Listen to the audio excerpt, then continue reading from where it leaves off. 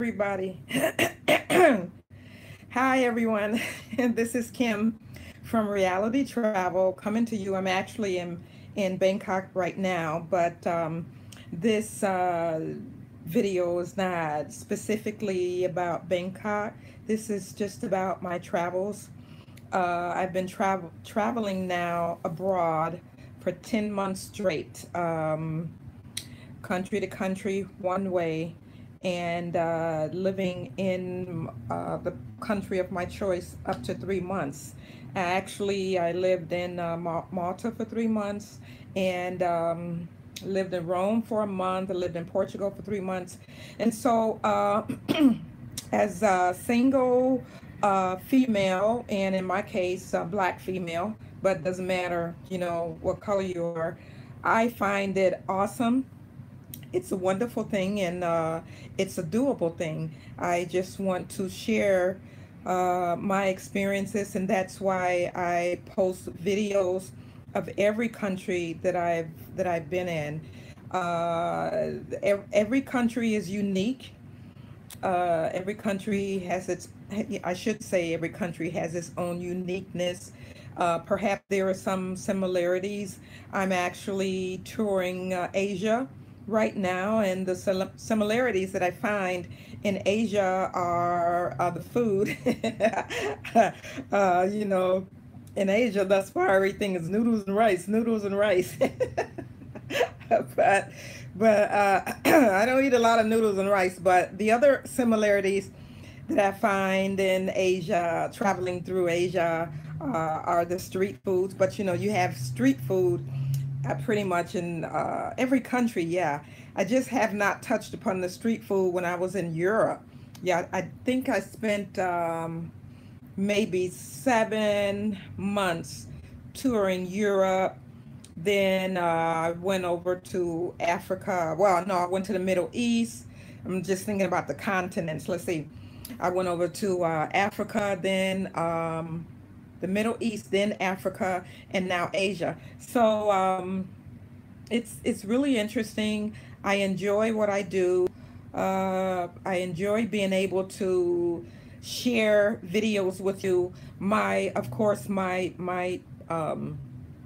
YouTube channel is Reality Travel, because I kind of want to give you the reality of things, not sugarcoating anything, giving you my version. Everybody has their own version, giving you my version from my experiences traveling abroad, country to country to country, nonstop. Now, I know there are a lot of people that travel abroad, especially backpackers. Backpackers go from country to country to country, nonstop, which is really good. But my page is actually Suitcase Traveler, and I am gradually decreasing this the size of my suitcase. So I started off with a 31-inch suitcase, my protege carry-on bag, a backpack, and a shoulder bag. So I went down from that 31-inch suitcase to 29-inch suitcase. Now I'm down to a 24-inch suitcase, and I'm trying to get down to that 14-inch suitcase and keep my backpack. That will allow me to be able to cut down on a lot of air fare, which is really not a lot. The reason I try to stay in one continent is because it's cheaper to travel through that continent with the airfare. Like when I was in Europe all those months, I traveled to each country in Europe. Paris, it cost me $32 to go to Paris. Just a little bit more than that to go to Rome. A little bit more than that to go to Spain and Portugal. Actually, I travel from, when I lived in Portugal, when I lived in the country for 3 months, I'll travel from there, allowing that country to be my home base. So I'll travel from that country, and that's why, and then I go back. So a round trip ticket from Portugal to Paris, I think, cost me 64, let's see, 32. Yeah, $64. And so that's why I try to stay in the same continent and not fly back and forth and back and forth. And so here in Asia, pretty much the same. Asia is a little bit more than Europe in flights, but that's only because I have not been making my flights months ahead of time. When you're traveling abroad, you really need to make your flights at least 2 to 3 months ahead of time. But if you do your flights within a month or a few weeks, you're gonna pay for that. So I paid a little bit more being here in Asia for my Asian countries, and so it's been thus far it's been wonderful. Haven't had any issues, no real problems with people. Pretty much in every country that I've been in, it's been really nice. People have been very respectful. Of course, you know, I'm a huge kid at heart. I'm a very nice person, so I tend to make friends real easily, and I talk to people. What I like in these countries, I don't come in as a tourist, and I don't stay in touristy areas. That's why I don't do hotels. Now, I've done apartment hotels, like in mm, in Dubai. When I was in Dubai, I had an apartment, a house, and because it was so far off from everything, I moved from there and got this was a personal whatever private house. And so anyway, I moved from there and I moved to one of their apartments, and I found that, and I did a video, and I think I posted the video. I have over 80 videos now, so you get a chance to see it.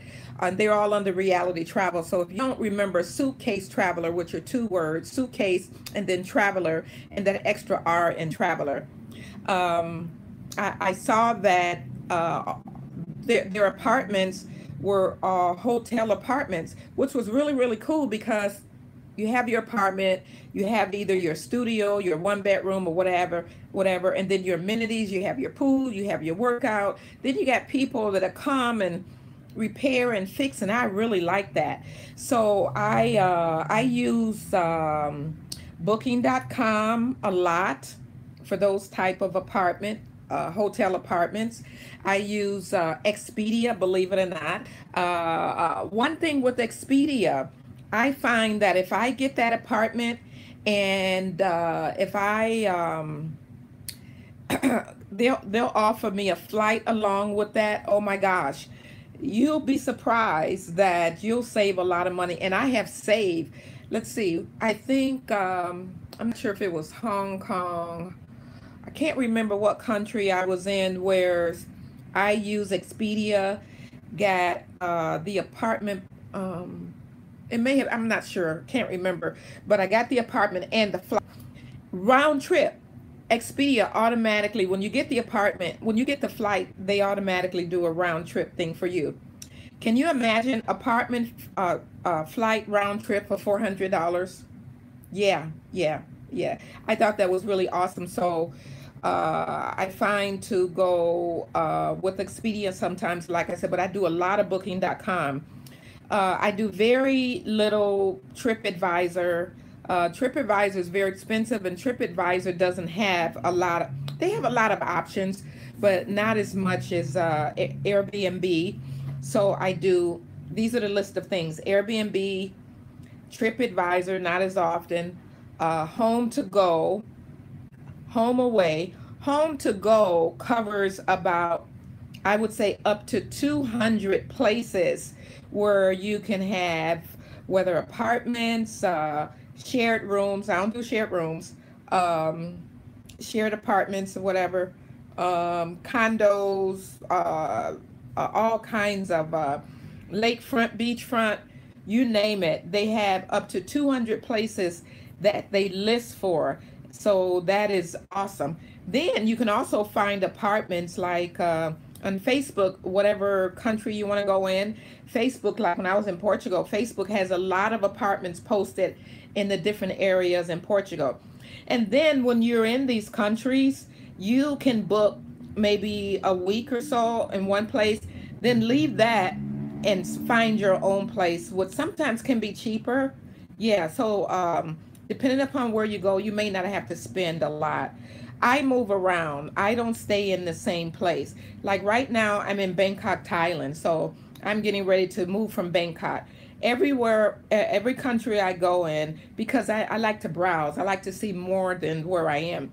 If I'm there for more than, let's see, 3 days, let's see. I don't normally do under a week now. In Asia, I've done the less.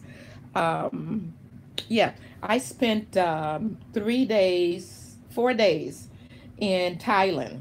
Yeah. So when you do more than that, more than a week or so, it behooves you to move around because you really want to hang with the locals. Yeah, you can go into some of the touristy areas.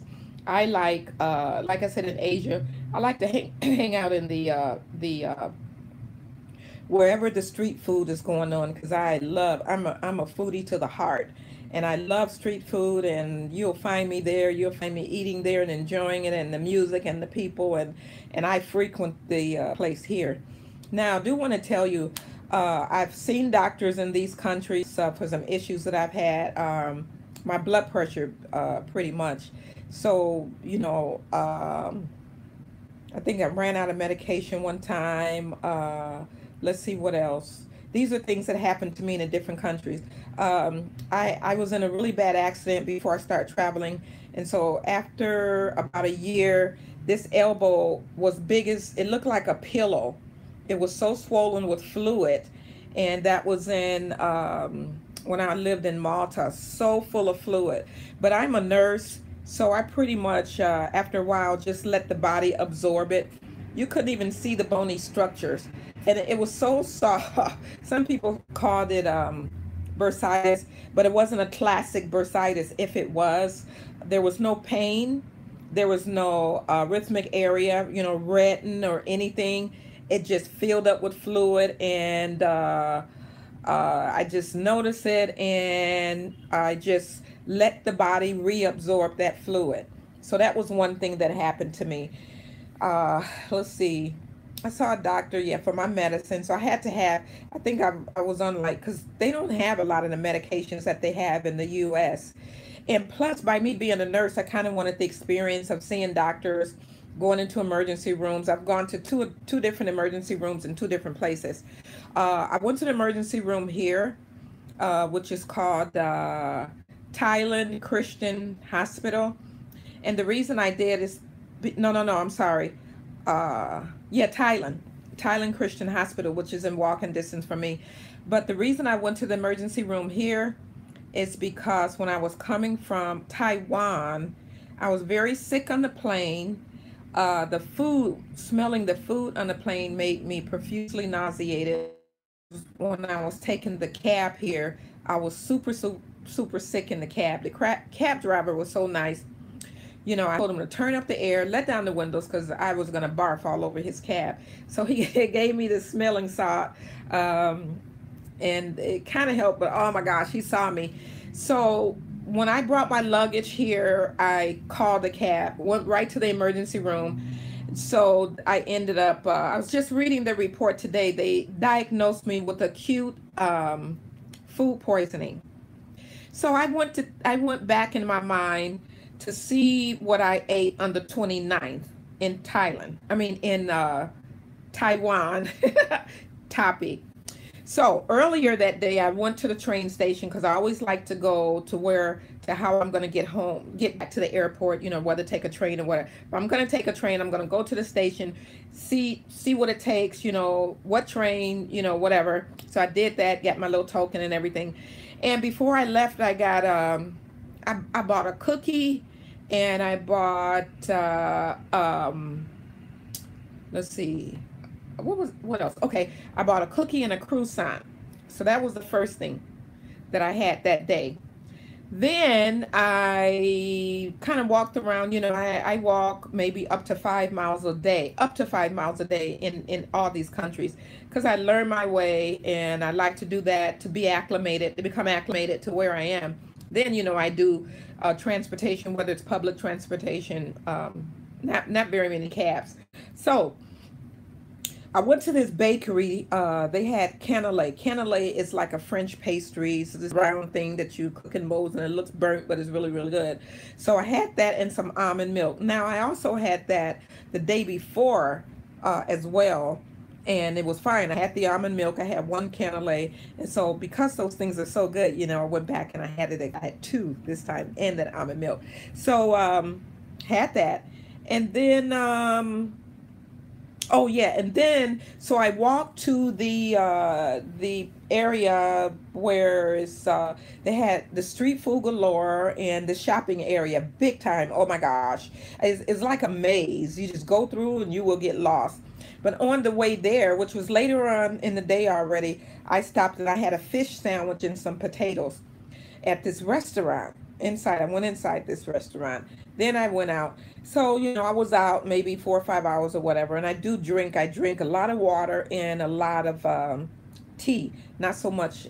Now here I drink, you know, I fix my own electrolyte solution because they don't have, you know, electrolyte drinks like Powerade or Pedialyte, which is for kids, but it still got electrolytes in it, or that other drink. So I buy the little electrolytes in the package and I mix it in my water and I carry that with me because I profusely sweat because of the temperature. You got the humidity is high and you got over 90 degrees, sometimes 100 degrees, like it was in Dubai. So anyway, as the day progressed, you know, later on, so where I stayed was called Citizens, awesome place. I went downstairs to the kitchen. I had a bowl of just noodles, and in my noodles I put all my stuff in it, you know, spinach, cabbage, tofu, just the vegetarian stuff. So the next morning I woke up, I felt something going on with my GI system. Yeah, I had a loose you know, loose stool, watery, not watery, but just really, really soft. And I felt cramping and I was like, oh boy, what's going on? You know, I got some kind of bug or whatever. So that was the 30th. That was the 30th. So, which was the next day. So on the 30th, I drank a cup of coffee and didn't really have, actually, no, let's back up. That was the 29th. The 30th, yeah, 30th, I drank a cup of coffee, didn't quite bother me. And I don't remember if I had anything on the 30th. I'm sure I had to. But anyway, the next day, the 31st, is when I had to take the plane. Yeah, I was fine though. You know, I was just watching it, you know, like, okay, I'm gonna make sure.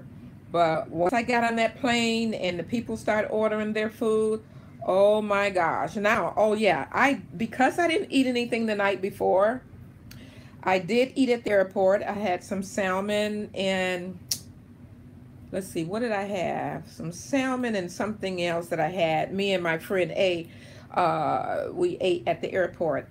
When I got on that plane, people started ordering their food. Oh my gosh. I was so sick. Oh, kept running to the bathroom. Oh boy. Then I was so sick, being not having any emesis or anything like that, and oh, so bad. I was getting sicker and sicker in that cab. And I suppose we were about 15 minutes out from my apartment here in Thailand. Oh my gosh, I was on my way out in that cab, and I think that sick, and it kind of helped a little bit.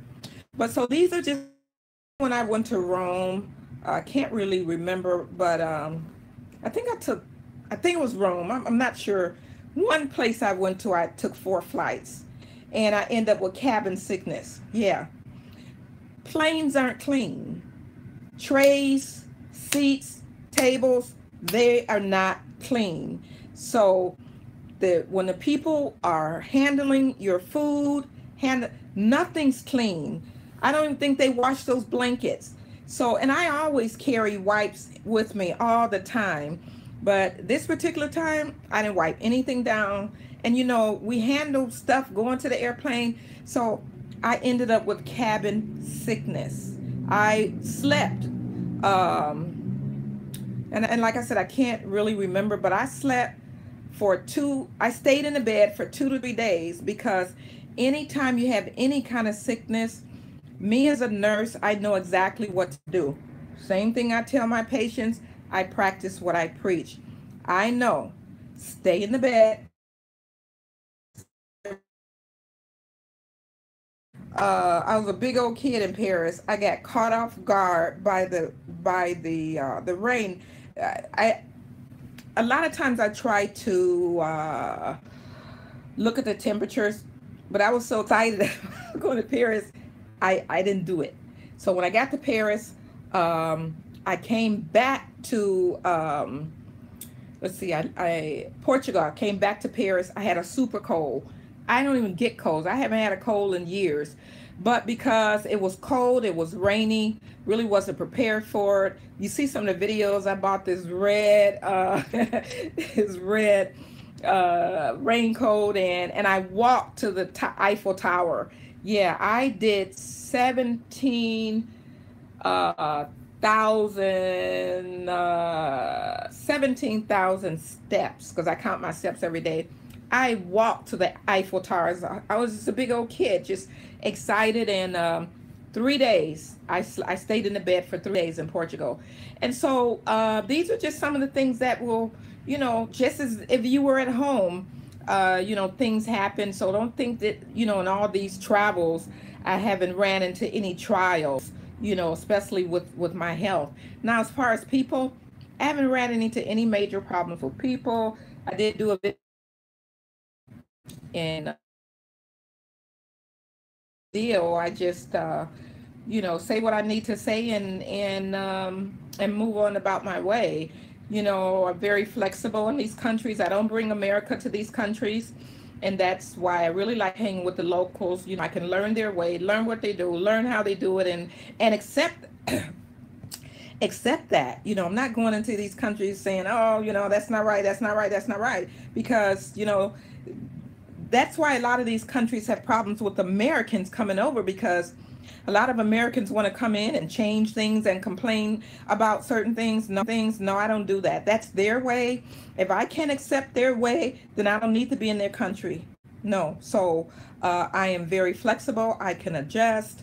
I've been in the poorest areas and I love it. I love hanging with the poor locals, sitting on the streets. I've actually sat on the streets with them and just talk to them because I can share display a lot of love and compassion, and just smile and just accept them. I was talking to this guy in Paris once, and he says he never talked to an American like me. He says, I really like you. He says, you're the first American that really say the things that we be thinking. Yeah, I know, because I know how Americans can be. And as quiet as it's kept, please, I don't want to, when I run into Americans in these countries, they don't even speak to me. It's so bad. I speak to everybody. My daughter used to ask me, do you know them? Do you know them? I'm just that kind of person. Friendly. I will speak to you. I speak to everybody, and this is what I do. But Americans in these countries think like I'm going to do like they do. Think like they are all that. And look, I don't want to have anything to do with you anyway. That's why I'm not in America now. I don't want to have anything to do with Americans that...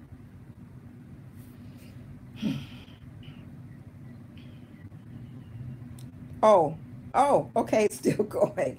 It reconnected, so I'm not real sure of how this video is going to turn out. It kind of cut off for a moment, but I left out talking about Americans in these countries. You should, don't act like you're better than anyone, because you're not.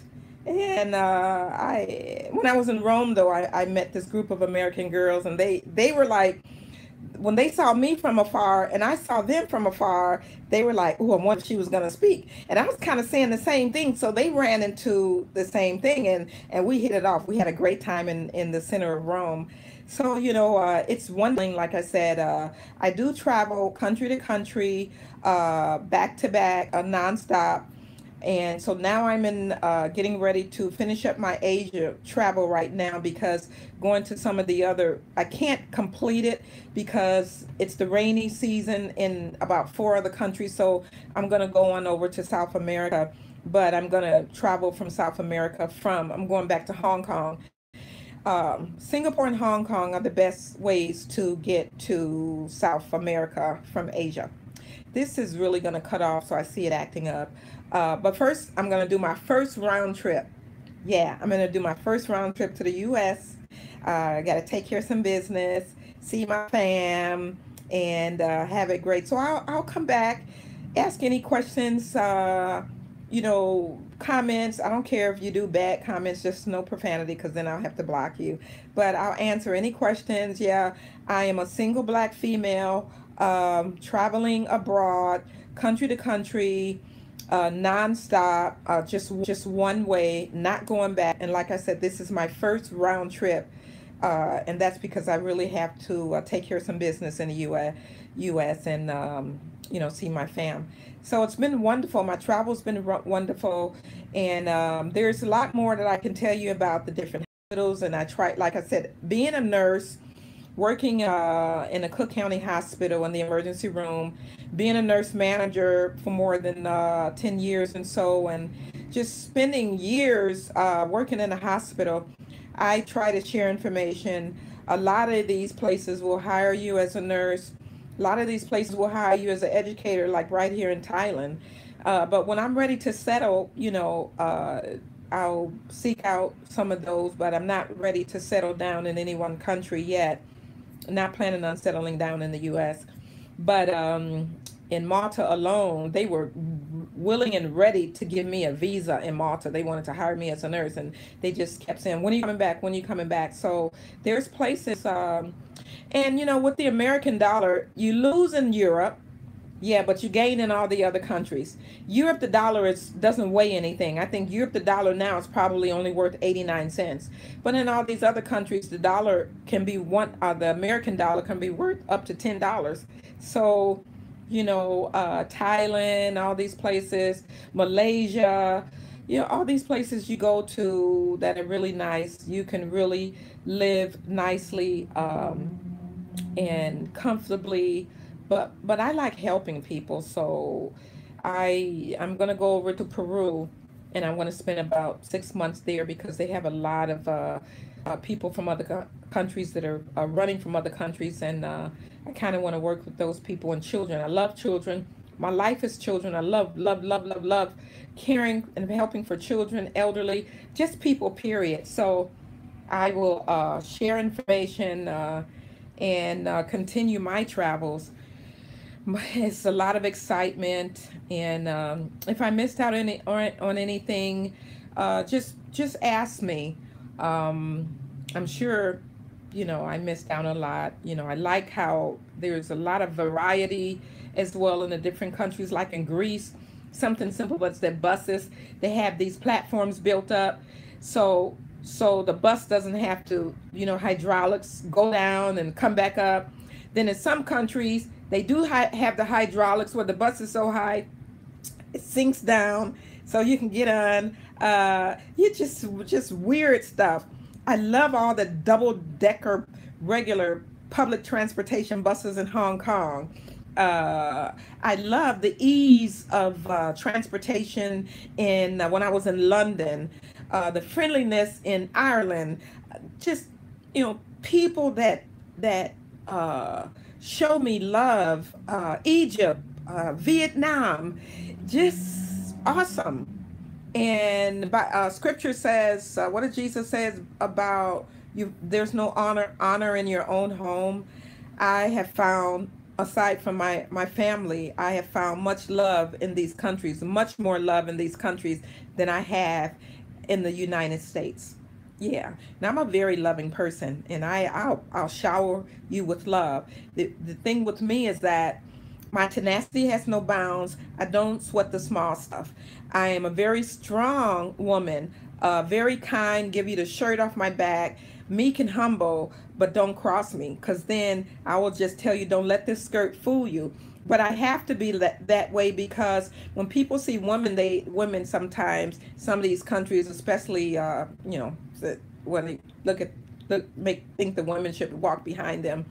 Even in Malta, I had to tell this guy, I'm not from your country, and you will respect me. And when I talk to you, you will listen to me when I'm talking to you. And so he was from some African country. So, I have to be that. You have to be strong. You can't be weak, going through all these countries, traveling alone as a female.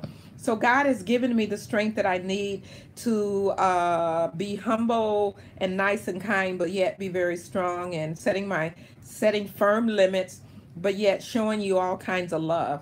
So there's so much more that I can tell you about traveling abroad. Me, Kim, suitcase traveler, reality travel, because I want to tell you what's real. I don't want to sugarcoat anything. Just know that these are my own experiences, regardless of what people say and respond to my videos. I may not even pronounce something right, and but some people will say, "Well, this is how you do it," then that's fine. But I'm telling what I experienced. Some people from the countries may say, "Oh, that's not right." Da da da da da da. Well, this is my experience, and I'm going to give you what I experienced, the reality in what I experienced, not what someone that lives there. But again, I just want to say, Americans, you need to be cool when you come to these travel abroad. Don't bring America to these countries, because I find that when I talk to the locals and talk to the people, this is what they don't like about Americans. And I'm so glad that I have a different outlet. I'm not bringing America to anybody. If I wanted to carry America in my pocket, I would have stayed in America. I want to learn. I want to teach. I want to learn the different ways of different cultures and languages and things, the food. I want to learn their way. So I'm going to adjust to their way, within reason, within right, not anything that's going to be harmful to me. So, just chill. Chill out, Americans in these countries. And when you see other Americans, stop acting snobbish and thinking that you're better than that American. Men and women alike, American men and American women don't seem to want to have anything to do with other Americans that they see. What's up with that? Stupid. I smile. I was in Spain. There was two American brothers, and I spoke to them, I think 3 times. They didn't even want to speak. It's like, if I could curse, I would have said, "Freak you." If I could curse, it wouldn't have been "freak you." It would have been, I don't understand it. And like I said, please, if I wanted to be around Americans, I'd stay in America.